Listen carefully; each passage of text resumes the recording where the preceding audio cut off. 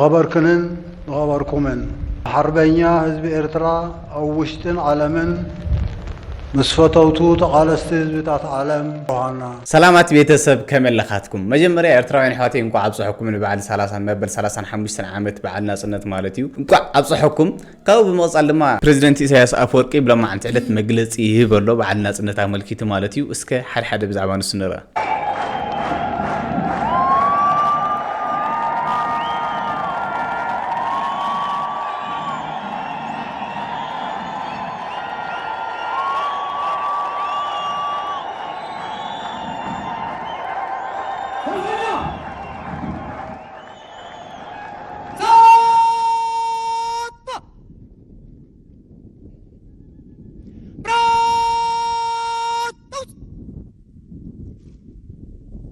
سالفانيا نخبور بريزنت هاجريت رئيس أفوركي بسلام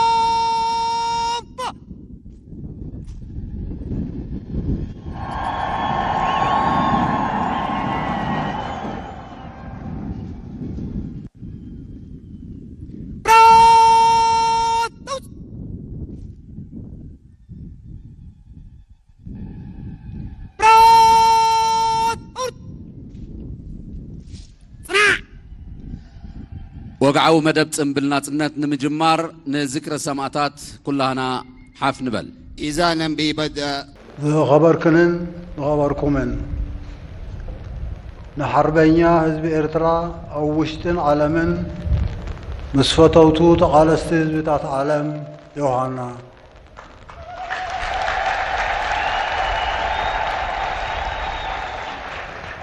ዓመት ነዛ ዕዝዝ ትዕለት ንምዕራግ ኣብዚ ተፈላለየ ከባቢታት ዓይነታዊ መሰናድኦታትን ዝወደቡን መልእኽትታት ዮሐና ንዝለኣኹ ፈተውትን ልዑል ምስጋና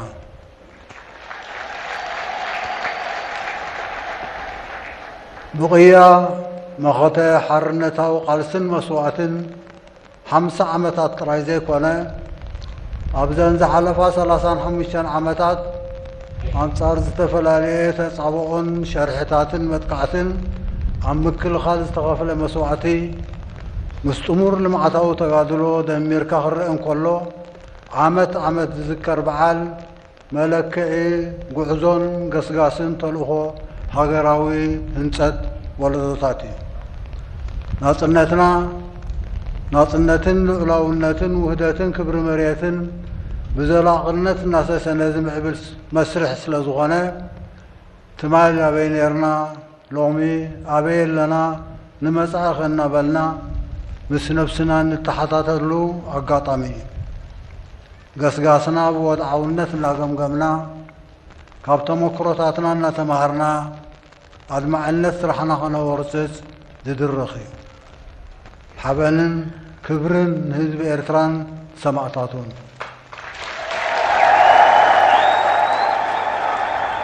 ሃገራዊ ወይ ዘቤታዊ ኩነታትናን ምዕባሊኡን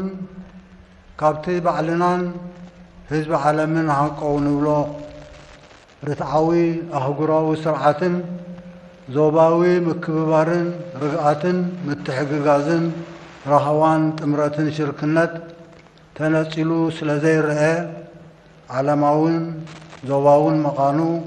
ብወድዓዊ መወከሲታትን ተዛማድነትን ክንፈልጦን ክርድኦን ግቡእ ዕማም እዩ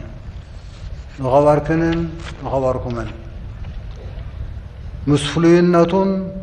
ርዱእ መድረኻዊ ሚዛን ኣሜሪካን ኣብ ናይ 34 ናጽነት ኣጋጣሚ ዳግማይ ምምላስ ትራምፕ ናብ ጻዕዳ ገዛ ከም መእተዊ ንባብ ሓደ ማዕዶ መበገሲ ፖሊሲታቱን ኣካያይድኡን ዝገጥፎ ኣሰራትን ብኣጋ መቕማርን ዕቱብ ዕዮ ገዛን ዘድልዮ ምዃኑ ጠቒሰ ነይረ መገምገሚ መወከሲታት ሰሪዕካ መርትዖታት እናዋህለልካ ኣመስሪሕካ ምንባብ ከም ቅጥዒ ኣብ መሓዝ ግን ትተርእዮ ከቢድን ዝተሓላለኸን ስለ ዝኾነ ህውኽ መደምደምታታት ካብ መሃብ ዝያዳ ትዕግስቲ ዘሕትት እዩ ንእውጅ ጭርሖ ማጋ ትራምፕን ትርጉሙን ንምድህሳስ መፈልፈሊ ርስታት ሰሪዕካ ሃብቲ ኢንዱስትሪያዊ ውፅኢት ቴክኖሎጂያዊ ፀብለልትነት ወተሃደራዊ ሓይሊ ክልል ጽልዋ ወዘተ ኣብ መቓን ታሪኻዊ መጻጽኣ ኣሜሪካ ኣውራ ኣብ መዋዕል ዝሑል ኩናትን ናይ ዝሓለፈ እንኮ ቐፅራዊ መዋዕል ዕንደራን ሰኩዕካ መጻኢ ኣመታቱ ንምፍላጥ ወይ ንምርዳእ እዋናዊ ኣገዳስነት ኣለዎ። ኣብ ቁጠባ ኣብ ባህርያዊ ጸጋታት ልዕሊ ኩሉ ኢንዱስትርያውነትን ምምስራሕን ድለባ ኽብርን ተወሲድና ኣባኻኒ ባጀታዊ ዝርወት ተኸታተልቲ ምምሕዳራት ዋሽንግቶን ኣብ ርእሲ ዘዋህለሉ ዕዳታት ብስሱዕ ቅኒት ዓብልል ገብድ ኣጋጣሚታት ታሪኽ ብዝፈጠረሎም ዕድል ዝተኸልዎ ቁጠባውን ማላውን ሃይመና ወይ ዕብለላ መዝሚዞም ከምናትና ሓንጎልን ማህዝነትን የለን ካልኦት ከወድሑ ጥራዮም ዝኽእሉ ዝዓይነቱ ኣጉል ብሂል ሒዞም ንትሑት ተኸፋሊ ጉልበትን ፀዓትን ኣህላኽነትን ካልኦት ኪሙዝሙዙ ምእንቲ ኣውራ ኣብ ድሕሪ ምኽታም ዝሑል ኩናት ዝዓብለለ ስነ ሓሳብ ሳግም ዘኸተሎ ስትራቴጂያዊ ቁጠባዊ ምዝባል ቀሊል ኣይነበረን። ዓሚ ዝጠቐስክዎ ዘጋልብ ዝነበረ ዕዳ 30 ትሪልዮን ዋሽንግተን ሎሚ ናብ 4 ትሪልዮን ይዓርግ ምህላው ቀሊል ምስክር እዩ። ናብ ዕዳ 30 ዓሚ ቁጠባዊ ምዝባል ስነ ሓሳብ ሳግም ዘኸተሎ ስትራቴጂያዊ ቁጠባዊ ምዝባል ቀሊል ኣይነበረን። ዓሚ ዝጠቐስክዎ ዘጋልብ ዝነበረ ዕዳ 30 ትሪልዮን ዋሽንግተን ሎሚ ናብ 4 ትሪልዮን ይዓርግ ምህላው ቀሊል ምስክር እዩ። ትራምፕ ነቲ ሓደጋን ምንቁልቋልን ናይ ምንታይ ወገን ትዕዳ ናይ ኤርትራ ድዩ ዋላ ናይ ኣሜሪካ ምእማኑ ኣወንታዊ ክበሃል ዝከኣል እኳ እንተኾነ መፈወሲ ኢሉ ዝኽተሎ ዘሎ ስጉምትታት ወፃኢታት ምፅልፃል ዝሳገመ ኢንዱስትሪታትን ወፍርን ምስሓብን ምምላስን ምጥያስን ቀረፅ ምዕባይ ዘቤታዊ ግብሪ ምንካይ ምግባት ዘይርከብ ማዕድናት ሓይሊ ምውጥዋጥን ምህዳድን ጽዑቕ ወፍርን ዘመተን እውን ኣብ ዲፕሎማስን ፕሮፓጋንዳን ወዘተ ክሰርሕ ይኽእል ዶ? ኣበይ ምስመን ቴክኖሎጂያዊ ፀብለልትነት ኤአይ ሓዊስካ ዕሙቕ ዝበለ መመዛዘኒ ዳሃሳስ ዝሓትት እኳ እንተኾነ ዛጊት ንናይ ዋሽንግተን ብልጫታት ዝእምት ኣንፈታት የለን። ወታደራዊ ጉልበት ከንተበልና ፈርካሽ ቁመና ናቶ ከም መርኣያ ከየወሰድካ ብመጃሃሪ ቲያትሮታት ተህዲዳት ንኣሽቱ ንዝበሃሉ እናድሓካን ናቐተልካን ብዝሒ ኑክሌራዊ ኣፅዋር እንዝራታት ወይ ድሮናት ሚሳይላት ጥራይ ዝልክዕ ኣይኮነን። ናይ 20 ዘመንን ህልውን ወተሃደራዊ ታሪኻት ምስክር እዩ። ክልፁ ጥልዋ እንተበልና ኸ ኣብዚ ዝሓለፈ ዓመት ተፈንዮም ዘለዉ ባሉናት ግሪንላንድ፣ ካናዳ፣ ሜክሲኮ፣ ኩባ ወዘተ ባህርያዊ ሃብቲ ድዩ ጂኦግራፊ ድዩ ክልል ጽልዋ ድዩ ንዝና ድዩ ሳዕበይናቱ እንታይ ክመስል ይኽእል ናይ ብሓቂ ንምርድኡ ኣዝዩ ጸጋሚ ስለ ዝኾነ ገምሪ ዘይብሉ ዓቕሊ ዝሓትት እዩ። ዝኸበርክንን ዝኸበርኩምን ኪኖ ባሉናት ካብ ናይዚ ዝሓለፈ ዓመት ኣቓልቦ ዝስሕብ ጉዳያት ናይ ቬነዙዌላን ኢራንን ኣብነት ምርኣይ ሕማቕ ኣይኮነን። ኣብ ኣሜሪካታት ዝጸንሐን ዘሎን ዕዳጋታት ሓሺሽ ወይ ድራግ ነዊሕ ዛንታ ዘለዎ እዩ። ቬነዙዌላ ኣበይ ትስራዕ? ማዱሮ ኸ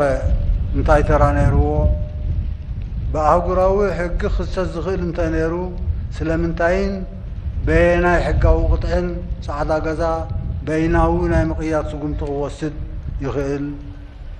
ናይ ኣማን ቬነዙዌላ ንናይ ኣሜሪካ ሃገራዊ ድሕነት ስግኣት ድያ? ብኸመይ? ማዱሮ ኸ كم والكسب نهاجراو دحنة أمريكا سقعت نيروديو تسرحت تخيله تسرحت المقياد نخالي أجنداتات مسن جنشلن دينيرو مرستات كسب ذركب قمري زي بلو عقلي إيران كان نوكليراوي بروغرام إيران أفلا ما سبعتات أفزي منشاه زجمري بنايمن ذقفن نتبعن ناتو ملس اللوه دحرش عند شعتا 207 شعتا كميلو 5 معبلون نوح زانتاي مزيا بلعل إيران تأوجو زلو خينات جن كملوسو زلوهم مبعتاويان حطوطات اللوه نوكليراو بروغرامات زلوون هاجرات منامنين نوكليراوي أطوار بب عينتو زلوونن زمع بلان هاجرات منامنين نوكليراوي أطوار زوننان زمع بلان هاجرات بين أي مسل وي بناي منفقد أم لايزا بزبلي سرعات زبلي سرعة مودات حديث سرعة إذا كسب بسفيحو زملكات يقول انبر كابو نابو نتي أفلماو وطباو عنقالو زنبر زلو زتواسنة قداماي قداي بعدو دمر زخونة حزبتات أفريقيا زملكاتي سلازق أيو أفريقيان زتفلالي خفل زوباتاتون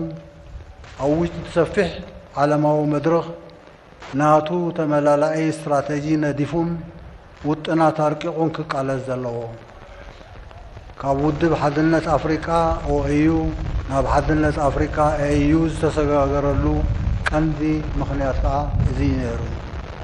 حدنة أفريقيا معرة أوان زحطو تلوخون تزايد أيو تزامادنة أكيلواني سلازغ أيو أو وشتي أفريقيا زهلوانا مختم حدنة كينات تفن كهيلن زقبا كابو نابو عامكوا كابتي قدوبران نبلو تفاسس نيلن قرن أفريقان كيح بحرن وشمتن أبناء السودان إثيوبيان بفولي حبريتا تقيسا نيره على ما هو تأفاف الناس نايتو قدوبو مزحجي أب هرموز تقاسيتو زلو قلولاو زيادة قولي حسل زلو كنكتلو الصنحنا نايزخون عالماوي يخون زباوي حيلي زبل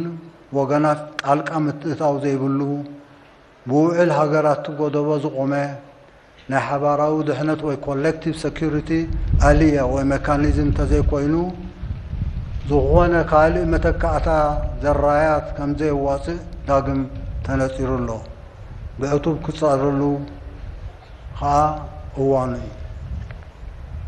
نخبركنن نخبركمن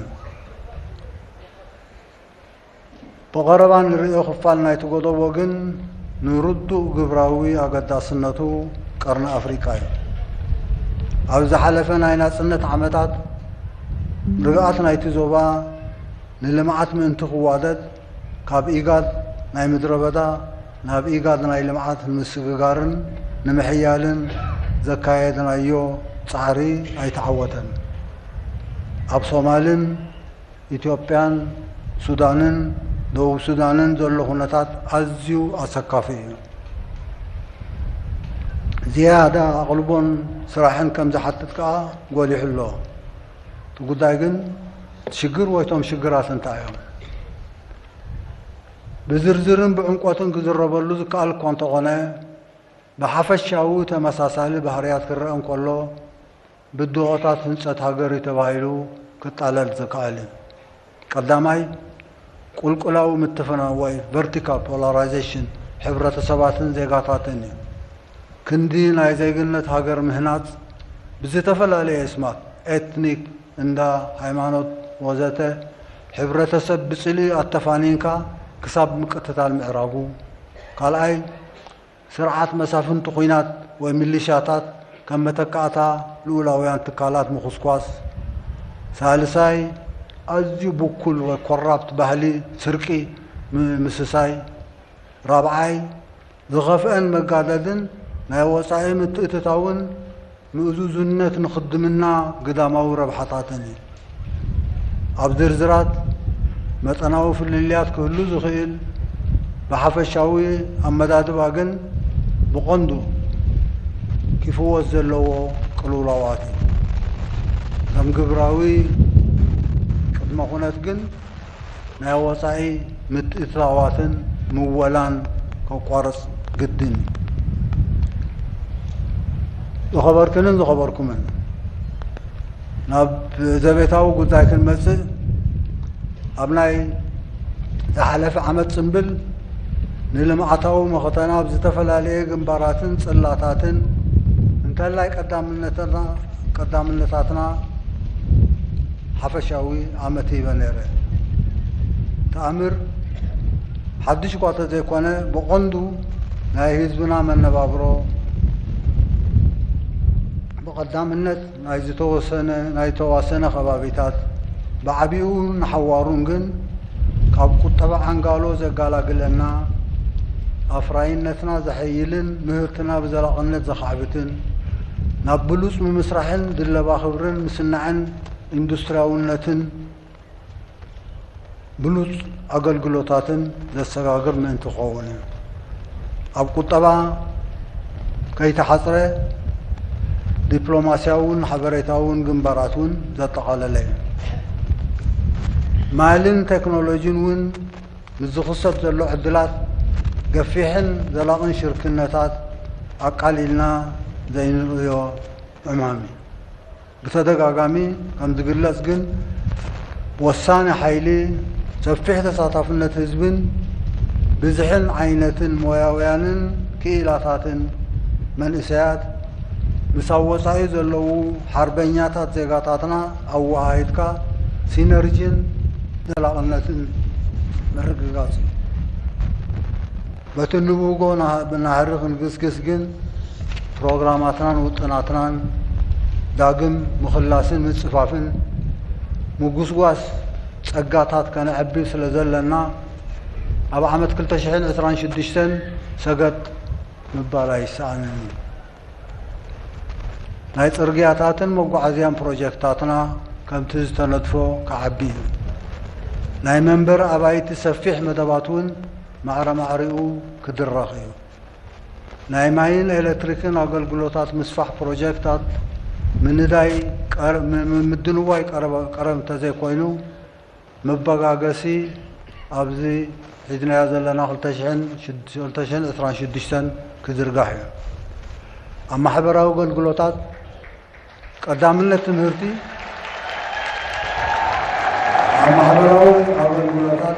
ቀዳምነት ትምህርቲ ብሰፊሕ ህዝባዊ ደገፍ ካብ ቅድመ ትምህርቲ ዝውገሱ ፕሮግራማት ቀዳማይ ድርኺት ክግበረሎም እዩ ዓብዪ ትፅቢት ከኣሎ ምስፋሕ ዓይነታዊ ኣገልግሎት ጥዕና እውን ዓብዪ ትፅቢት ዝግበረሉ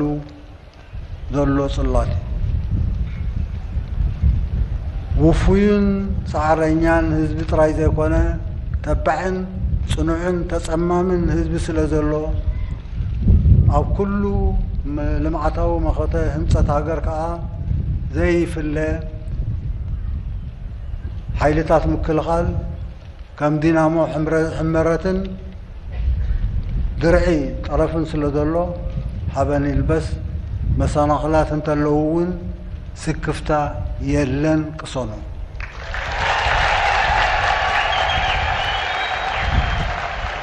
ጽንዓትና ናይ ኣማን ዋሕስና ናይ ጽንዓት መምህራንና ዝኾኑ ሰማዕታት ይኽበሩን ይዘከሩን ዓወትና ሓፋሽ